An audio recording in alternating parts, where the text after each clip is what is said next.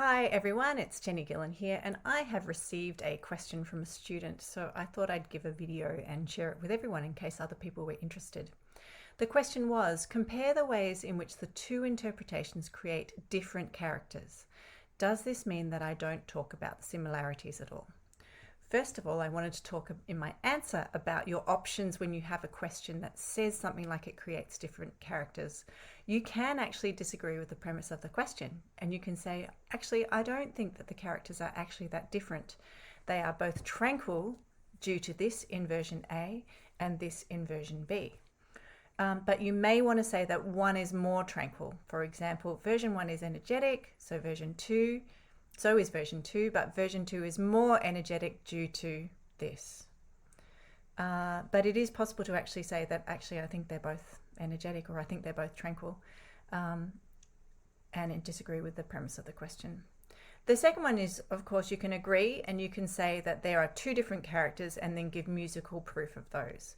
When you're giving your musical proof, I would make sure that I lined up like with like. So when you're talking about the melody on one side, talk about the melody on the other so that it's a good comparison, and refer to each other so that it's a clear comparison. Watch out for the cardinal sin of analysis, which is parallel analysis, where you just discuss what happens in the first one over here and then you analyze the second version, but you don't compare. The two questions have to relate to each other, otherwise it's not an effective comparison. The next thing I wanted to say is not everything that you hear will actually be helpful for proving character. For example, a sudden attack in a tranquil character. It may absolutely be true, but if someone's reading that and saying a tranquil character is created through sudden attack, that doesn't really make sense. You might need to justify it. The way I justify it as an example is here. While there is use of sudden attack, this is done in a consistent pattern, predictable pattern, and at a soft dynamic. So even though the sudden attacks happen, the mood remains tranquil. So if you come across something in your analysis and it doesn't immediately seem to resonate with the character, you need to comment on that and talk about how the other elements of music smooth the rough edges of that particular one to make it more tranquil, or the other way around. Can you talk about similarities in a comparison question? Of course you can. It's a comparison question. When is it helpful to talk about them? If you have agreed that the character is the same, here's an example. Both characters are energetic, though version 1 is more so than version 2. Both versions have a steady rock beat with accents on 2 and 4, which help create an energetic character. However, and it's often good to do the comparison about the however, version 1's accents are louder, creating more energy than version 2. And then you might want to give reasons why they're louder. So that's talking about a similarity in a case where the characters are quite similar. They're both energetic. And that is if you've disagreed with the premise of the question.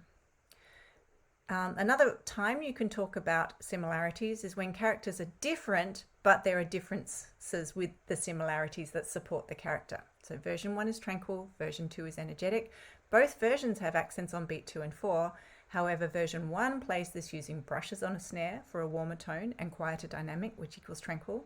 Version 2 uses wooden sticks for a sharper tone and a louder dynamic, which equals energetic. So there's some occasions when you can actually talk about similarities. When not to mention similarities, again, not everything that you hear will actually be useful for proving character.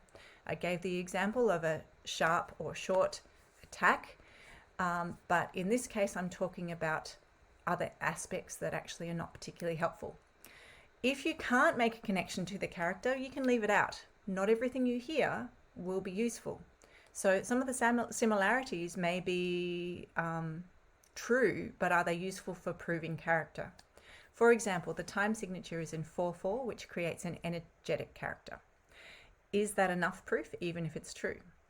If it's at a slow tempo in 4/4, that does not necessarily equal energetic. Or if it's in a slow tempo, you may have to justify that. So yes, you can mention similarities. Absolutely, you can mention similarities. But just make sure that whatever you do, you are supporting a strong character and you're making very clear links. I hope that was helpful. If you have any other questions, you can email me or message me via the Listening Beyond Hearing Facebook page if any of you still have Facebook. And best of luck in your exam.